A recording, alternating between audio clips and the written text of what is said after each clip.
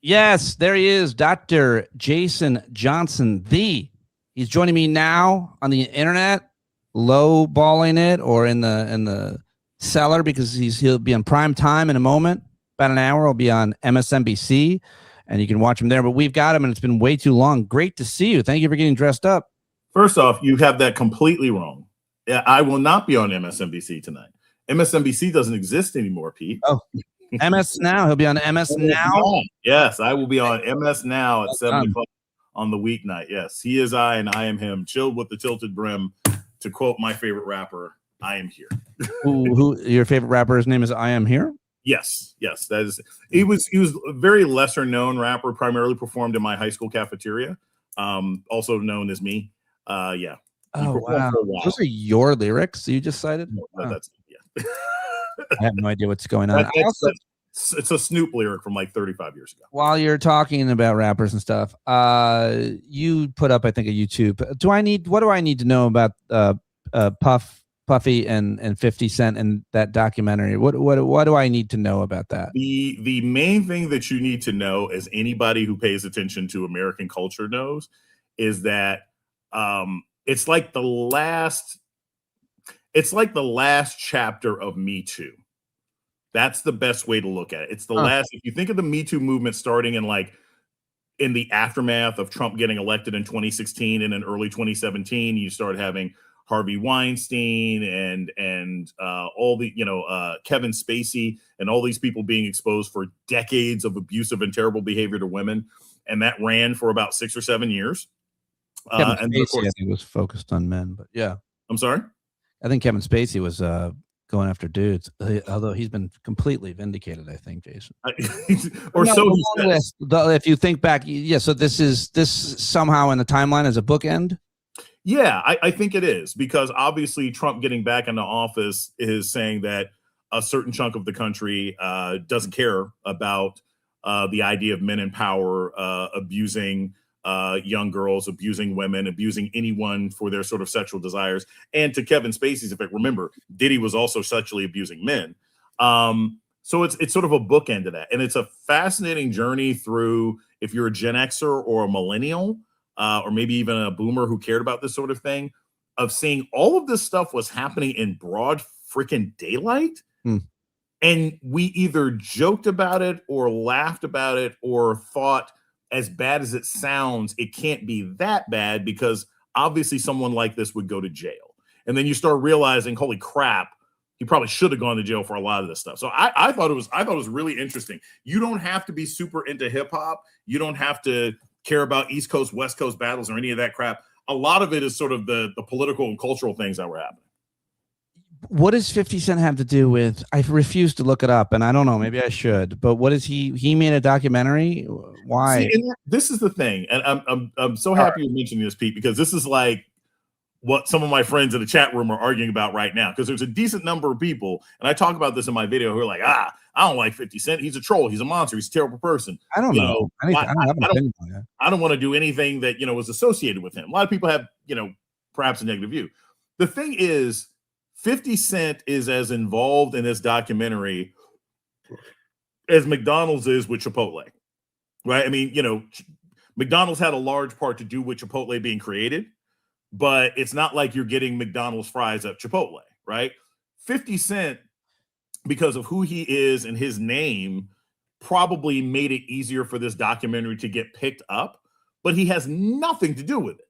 He's not in it. There's no statements by him. It is a documentary about one of the most famous entertainers / moguls over the last 20 to 25 years and his lifetime. And there were a bunch of takeaways, but one was like, usually think with these sorts of things, it's like, oh, as they got more powerful, they did more terrible stuff. No, this thing goes back to his childhood. He was doing stuff in his 20s that would gray your hair. You're like, wait, you were like abusing people and using a camcorder? You know how much effort that would take?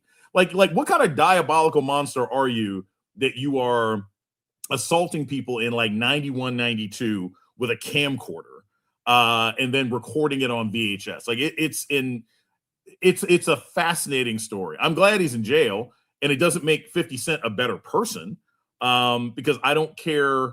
Is it a critical look? I'm sorry? Is the documentary a critical look at the abuse of his life? Yeah. It's a critical look of sort of how Sean Combs came to power, for lack of a better word. It starts like with his upbringing and things about his family, and then his time at Howard University, and then his sort of rise as a music mogul, and then the death of Tupac and Biggie, and then, you know, sort of his downfall with the various allegations of abuse that are caught on tape, et cetera, sexual abuse and harassment of men, the drugs, all the way up until him getting thrown in jail. And again, what I think is, for the not initiated, just from a pure story arc, it's like, this is a guy who at the peak of his powers was like, when the MTV Music Awards mattered, right? This is a guy who at the peak of his powers is doing a duet with Sting, right? Like after Biggie got killed, it was like, you know, Sean Combs was like a global icon. Oh, right. Look at this man, blah, blah, blah. Sting is allowing him to use Every Breath You Take as the backdrop. I mean, I can scarcely think of another human being who was more prominent, of any color, who was more prominent across so many genres of American culture from about 97 to 2010 as Sean Combs. I mean, but maybe Jennifer Lopez, who he dated.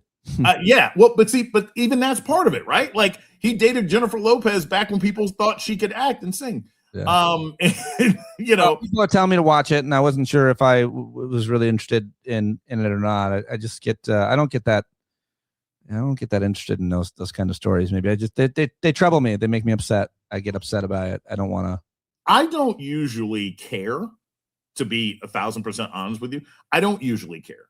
I usually think I've read enough and I lived through this. It's like the true crime genre. I have no interest, zero. And it's one of the most interesting genres in the country, especially, I guess, more to women for some reason. But women, for some reason, really like true crime. I've heard a whole lot of psychological and cultural explanations for why that might be the case. I mean, my guess, being a man and not being a woman, from what I have read and been told, is that women who are oftentimes the victims of various crimes, primarily perpetuated by men, that listening to true crime can sometimes be empowering. You know, when you're on the receiving end of bad behavior on a fairly regular basis, hearing about people who have committed crimes, who are brought to justice or stopped or something else like that, can probably feel good. That's a guess from what I've read. Let's wrap this part of the conversation up by talking about the worst of the worst, which is the Epstein Island and everything we've learned over the past few weeks. And I just wonder what your thoughts. I mean, I remember last time we talked, one of the last times we talked, you said, no matter what comes out, there won't be any consequences. Do you still feel the same way? I feel absolutely vindicated in the opinion that I've always maintained about the Epstein files, which is that if ain't nobody else getting prosecuted, there's not much point. I understand covering it from a news perspective, and I know that the public is interested. But if it doesn't open up additional investigations and additional prosecutions, all we're hearing about is bad behavior that everybody knew. And I like, there is a legal story, there is a public morality story, and there's a political story. The political story has already been answered. It didn't keep anybody from getting elected. Donald Trump got back into office, and the only people that really care about the Epstein files are Trump Republicans, right? MAGA people, Marjorie Taylor Greene, because independents and Democrats already know how they feel about the guy. So politically, it's like, okay, the moral question has already been answered. I don't think there's anybody except for, Megyn Kelly? I don't think there's anybody in America who makes excuses, who's making excuses for anyone trying to, maybe Matt Gaetz and Megyn Kelly, who tries to make excuses for anyone even entertaining that kind of behavior. And then the sort of legal question has already been answered. You know, nobody else is going to get prosecuted. They'll get embarrassed, but there you go. It's a shame.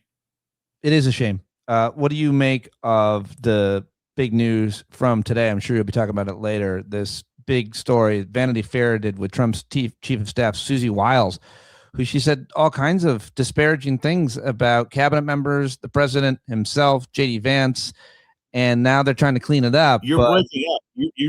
I heard you say Vanity Fair, and then everything else. It sounded like we were trying to communicate before a monster got you in a horror film. So what was it you said? Am I back at all? You're back. You're back now. It was sort of like, wait, Pete, there's a march behind monster, Freddy, and then I couldn't hear you. So I assumed you're going to be dead. You should keep that in because that's literally how it sounded to me, like we were in a bad horror film. But you said something about Vanity Fair. If people watching live heard that, let me know. The Vanity Fair story about Susie Wiles, Trump's chief of staff. Do you hear about this? I'm sure you're going to talk about it tonight. I don't know if I've seen this. Oh, wait. Remind me. I think I saw something about this today, before I went to lunch. Vanity Fair did like 10 interviews with Trump's chief of staff, Susie Wiles. Mm-hmm. And she said all kinds of disparaging things about the president, the vice president. She admits to Vanity Fair that Playboy Trump was on Jeffrey Epstein's plane and a whole bunch of other stuff. Yeah. Okay, I did see part of that earlier today. I'm take a look at that now. They also had those funny Vanity Fair pictures to make everybody terrible. I think the thing is, this stuff is important from a news standpoint. Like it is. We should be informed about what the working conditions are like in the White House. But it's kind of like, is anybody surprised? Like nobody is surprised by this. America is split into three categories. There's the people who don't care because they're part of a cult. There's the people who do care, who've already made it clear that they think this is terrible. And the people who either don't know or don't care because they're so detached or cynical about the system that they presume that everybody behaves this way or that nothing will happen. So if you were to tell me tomorrow, that, that was Mark Burnett, right? This is the example we've been talking about for 15 years, 10 years. If you were to tell me tomorrow that Mark Burnett's personal jump drive was robbed and they released a whole bunch of unedited footage from The Apprentice where Donald Trump is using the N-word all the time, right? Which has been rumored for a decade that those sorts of things exist. I would be like, okay. And what's going to happen? Everybody on the 5 on Fox News is going to be like, well, rappers say it. Megyn Kelly would be like, well, I said the same thing about blah, blah, blah. Like it would, there's an echo chamber of people for whom nothing that he says or does would matter. Right. And finding out that Donald Trump is a terrible boss is like, finding out on that hidden video a couple of weeks ago, the Campbell soup ain't that healthy. I mean, shocker. When you the guy saying like, we could basically make, what do you say? We could make Campbell soup with like I don't know. He's like, it's like fake plastic soup. He says garbage. Why is anyone surprised? What do you make of his reaction to the death of a legend and icon, beloved actor and activist, Rob Reiner? And everybody, has seen his reaction. Apparently he's trying to walk it back somehow. Oh, I heard he wasn't trying to walk it back. The last thing I saw, he was sort of doubling and tripling, quadrupling down. Yesterday he was, but apparently I read reporting. I didn't see any quotes, but apparently when he found out that it was the son, he thought one of his supporters killed him, and he was fine with that. But when he found out the son killed him, then he got nervous and started looking at his own children differently. Like what did he? I think he felt that maybe his reaction wasn't, what was going to land differently, which is why it did. Like so many of his supporters, so many of his hardcore supporters were like, "What the fuck is wrong with you, bro? Why are you inserting yourself into this?" Because obviously he puts himself into everything, but like that reaction was insane. It was just insane, and even his like ardent support, Nick Fuentes, was like way too much, and Reiner's a Jew. I mean, like it was pretty interesting to see the reactions. People were like, "Wow, too much, too far, sir." I kind of feel like similar to Epstein. I'm happy that we are still a country that can be offended by this kind of behavior. Sure, that's a good point. Yeah, I mean, like seriously. I'm happy that we live in a country where it's like, hey, a guy got killed. He and his wife were killed in his home. And one, why are you even talking about it as the president of the United States? And two, why are you attacking a man who's been murdered in his home? Right? So the fact that people are upset about that, hey, I guess we haven't lost the entirety of our soul. But I also think, and I'm very careful with this stuff, Pete. I'm not a psychologist. I people who say that the president has dementia or anything else like that, I'm like, leave that to experts. I've never sat down and evaluated this man, so I can't do those sorts of things. But I will say that even by Trump's standards, some of his recent rants seem to not come from a place of empowerment, but they seem to come from a place of frustration and disorientation. Yeah. And I mean that from the bottom of my heart. I'm like, this doesn't sound like a bully. This sounds like a confused grandpa in the mall. Yeah, he's real broken right now. Yeah. He's not winning anywhere on anything, it would seem, that matters. Yeah. Because it's like there is a version of Trump that if Rob Reiner died or was killed, there is a version of him that I see saying, something more brief. Rob Reiner was never a fan of mine, but back when Hollywood was good, he made some shows I liked. Something like that, right? Something really simple. Or the Trump administration has done everything it can to fight crime and crimes like this. Like I see a 2018 Donald Trump posting something like that. But what he posted was like, this is grandpa lost in the checkout aisle. And again, I'm not making a diagnosis because I'm not qualified to do so, but it certainly sounds weird even for this president. What do you make of like the kind of collective emotional reaction of a beloved American who was really I think almost everybody was familiar with something that he'd done. Yeah. And he gets killed in the most grisly fashion by his own son. And everybody apparently who knows him, I interviewed him a couple times, great guy, like says the same thing about him, right? Yeah. Just the best guy. And so you're horrified by that. You're horrified by his death. To have the leader of the country remind us in a time where we really need, some humanity, that he's got none. That's just a collective emotional reaction to that. My advice was to just recognize how upsetting it is and then go do something good. Turn it into something good. Do something good. Don't give away your power. Don't let them steal your joy. But that's hard advice to take. It's hard practice. It's just so gross and upsetting to people all at once, I feel. Well, and that's what I was saying. I'm glad that we can still feel that collective revulsion. Right. And again, we were just talking about Epstein, and there are not many, but there are people who either stay silent about the president's connection to Epstein. There are people who try to justify his connections to Epstein. I like the idea that you have people sort of across the board saying, okay, so the guy didn't like you politically. He got murdered by his own kid and his wife. What the hell? I think it's good that we have a society that can still respond that way. I also think, and this is a particularly upsetting thing. I was talking to a friend of mine who I was at lunch with, I was telling you, and it was one of those things where it was like, I can think of a couple instances where well-known people were, allegedly or killed by their children. I think it was Betty Shabazz was killed by, I think, one of her grandchildren or something else like that, who burned her to death.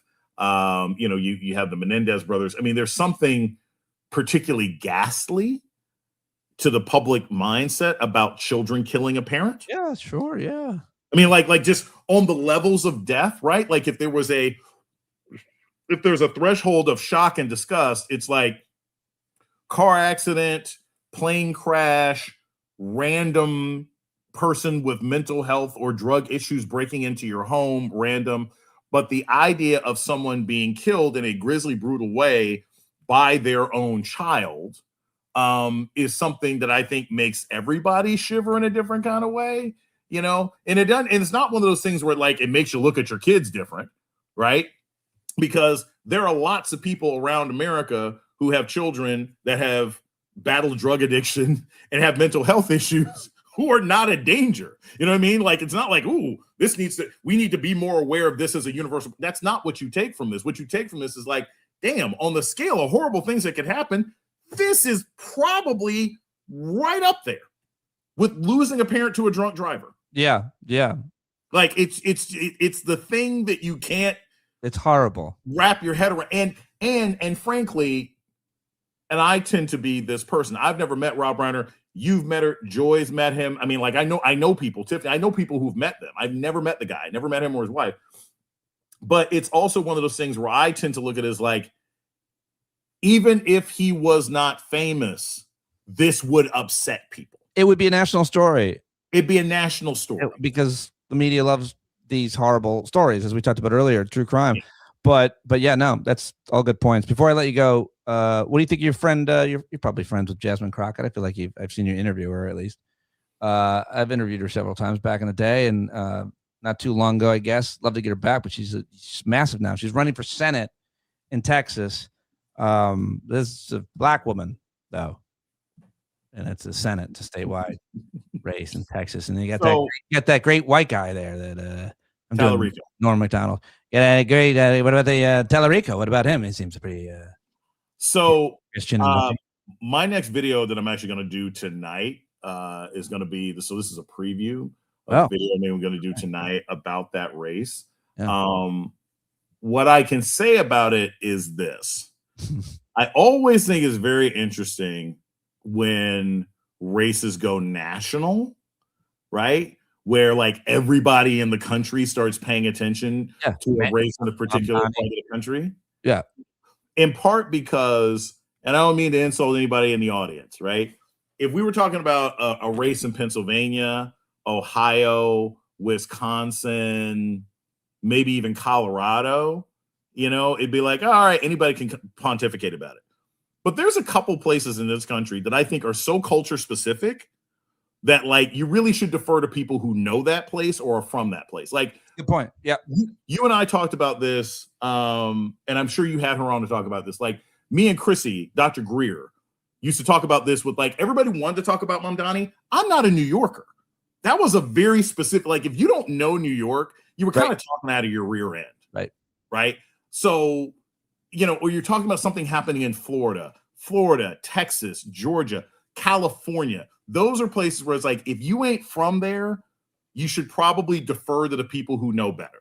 So what I'll say is I have an assessment of the race that I'm going to do in my next video. And it's because I've been spending time talking to people who are actually from there. Yeah. And looking at what they have to say and mixing it with what I actually know about Jasmine Crockett, about Tallarico, and about what we're likely going to see in 2026 overall.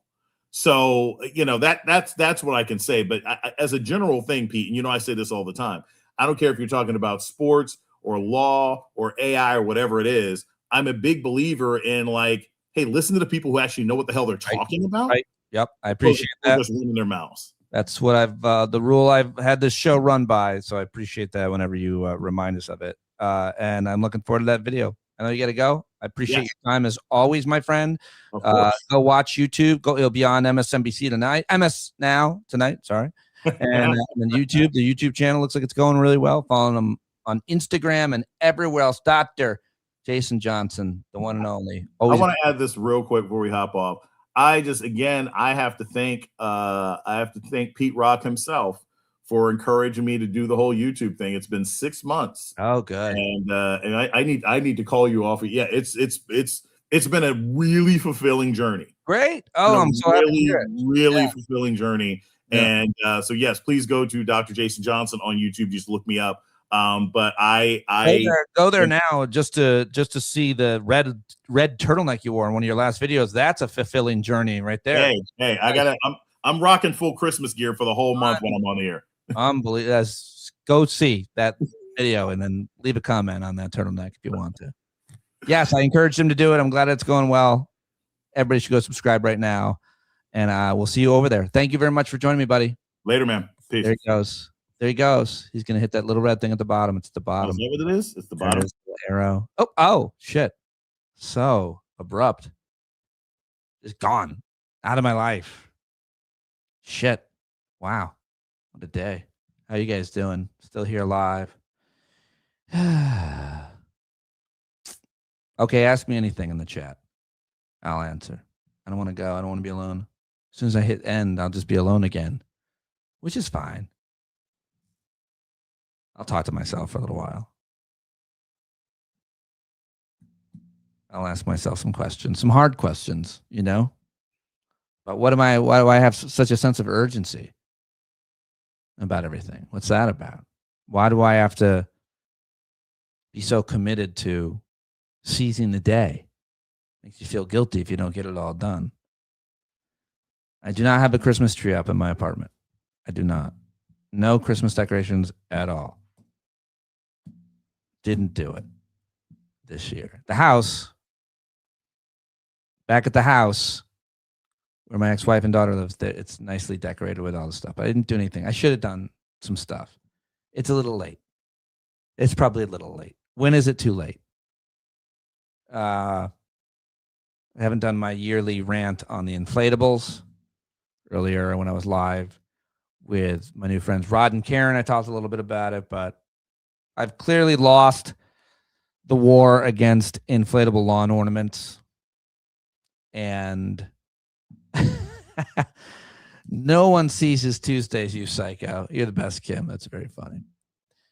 It's never too late to decorate for Christmas, says Tina.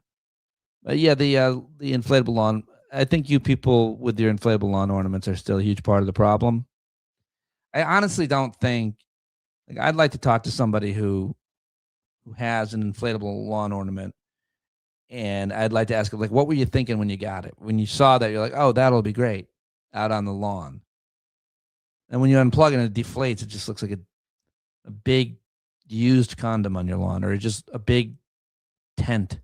It's horrible. They're so bad, and they need energy. America is so unbelievably greedy. We're so greedy about, like, the necessities and energy. The way we use energy, I find the worst. I've tried to be very conscious of it. I'm no better than the next person, but at least I'm thinking about it. But blowing up these fucking lawn ornaments, so bad. So bad. Well, folks, I just got an award for post-interview banter, which I'm really excited about. Thank you. The awards people are here in my place. Best post-interview banter for the third year in a row. Thank you very much. I'm new to it, and yet I'm so good at it. Well, thanks for watching live, and I hope you'll subscribe to the podcast if you haven't already. Patreon.com/PeteDominic. I hope you'll join me this Thursday night when I host our weekly hangout, which we've been doing now for 5 years. It'll be 5 years it'll be 6 years in March. So come by. It's a party. It's the greatest. Oh, yes, I am the king of the post-interview banter. You're the best at everything that you do. Yeah, I mean, these are my fans. This is what they say. I'm just reading the comments in the chat. You can read them too. It's not like I'm making these things up that people are saying. You're the most handsome while you do everything you do. Oh, who wrote that one? Oh, that's me. I wrote that myself. Yeah, that's right. Everybody is saying. All right. Thank you, guys. Have a good rest of your night. Try to stay positive. Don't let the bad man steal your joy. Namaste.